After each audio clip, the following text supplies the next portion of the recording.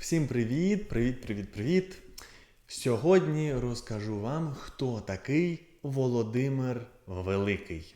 Один із найвизначніших правителів Київської Русі, який правив з 980 року до 1015 року. Він увійшов в історію не лише як могутній князь і завойовник, а й як реформатор, завдяки якому Русь прийняла християнство. Його правління заклало основу для подальшого розвитку державності, культури та міжнародних відносин. Володимир був онуком княгині Ольги, про яку я вам вже розповідав, яка стала однією з перших правительок Київської Русі. Саме вона була першою з династії, хто прийняв християнство ще до офіційного хрещення Русі і намагалася запровадити нову віру в державі.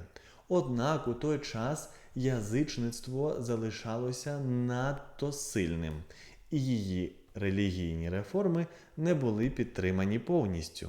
Вона ж виховала свого сина Святослава, майбутнього батька Володимира. У дусі військової доблесті та державної міці. Хоча Святослав був переконаним язичником, княгиня Ольга заклала в його родині зерна майбутніх змін, які пізніше втілив її онук. Її мудрість і далекоглядність відіграли значну роль у формуванні світогляду Володимира та його рішень охрестити Київську Русь. Володимир отримав владу після складної боротьби за престол із братами Ярополком та Олегом. Завдяки підтримці варягів він зумів захопити Київ і стати одноособним правителем.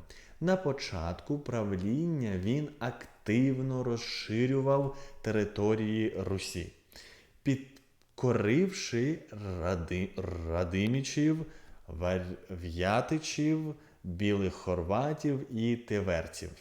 Він зміцнив кордони держави, збудував нові міста, фортеці та провів кілька військових походів проти печеніїв, тим самим захищаючи південні рубежі Київської Русі. Його велич визначається не лише воєнними успіхами, а й реформами, що вплинули на майбутнє держави.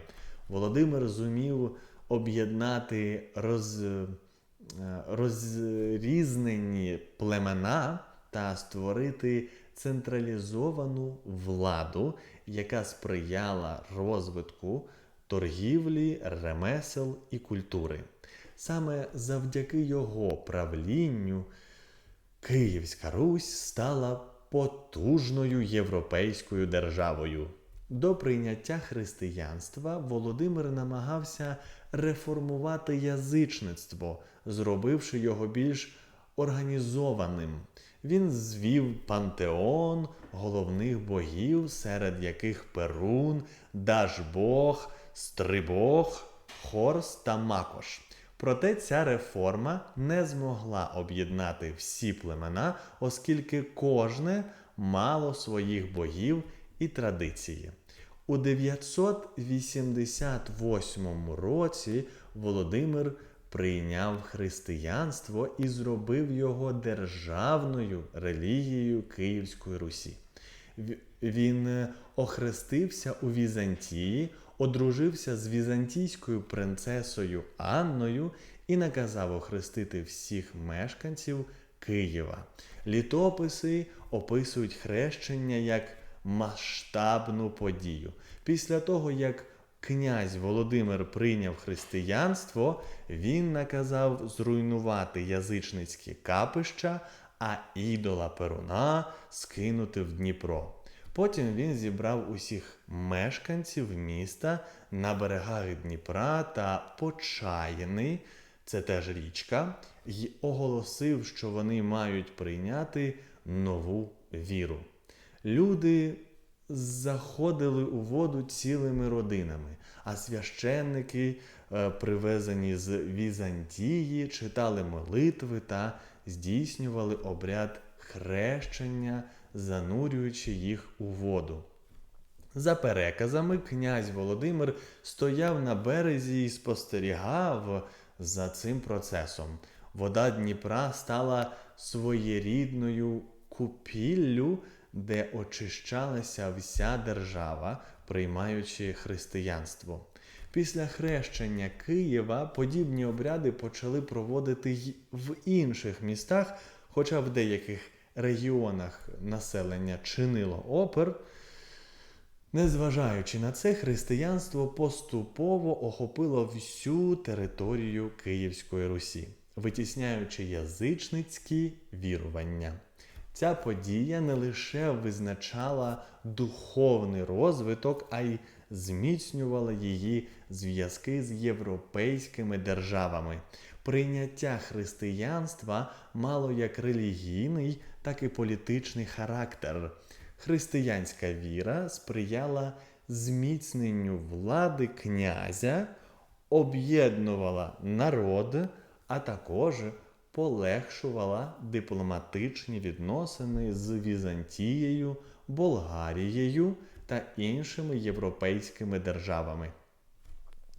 Запровадження християнства сприяло розвитку освіти, писемності, архітектури та мистецтва. На Русі почали зводити кам'яні храми, відкривати школи, поширювати візантійське мистецтво. Також змінились суспільні норми, зменшилася кількість людських жертвоприношень і полегшилося становище жінок. Володимир Великий був не лише воєнноначальником, а й талановитим дипломатом. Він укладав союзи із європейськими країнами, одружуючи своїх дітей із представниками правлячих династій. Його доньки та сини стали дружинами й чоловіками королів Франції, Польщі, Угорщини та Норвегії. Київ перетворився на велике політичне і культурне місто. Володимир ініціював будівництво нових храмів, укріплень і міських кварталів. За його наказом у Києві звели Десятинну церкву, перший кам'яний храм Русі, який став символом нової епохи. На початку правління він відомий як жорсткий правитель, який не цурався насильства та багатожонства. Проте після прийняття християнства його характер змінився.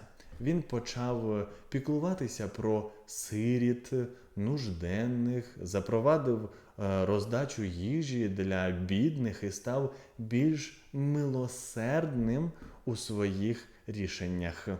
Володимир Великий залишив по собі потужну державу, яка мала вплив на всю Східну Європу. Його реформи визначили розвиток української культури, релігії та державності на століття вперед. Саме тому його постать залишилася однією з найважливіших в українській історії, а хрещення Русі стало початком нового етапу в житті нашого народу.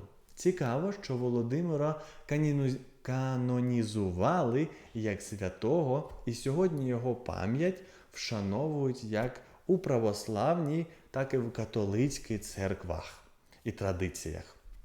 Отака історія, друзі. Пишіть, чи знали ви, хто такий цей Володимир Великий. Ставте вподобайки, і нехай проблеми та незгоди не роблять вам в житті погоди. Бувайте!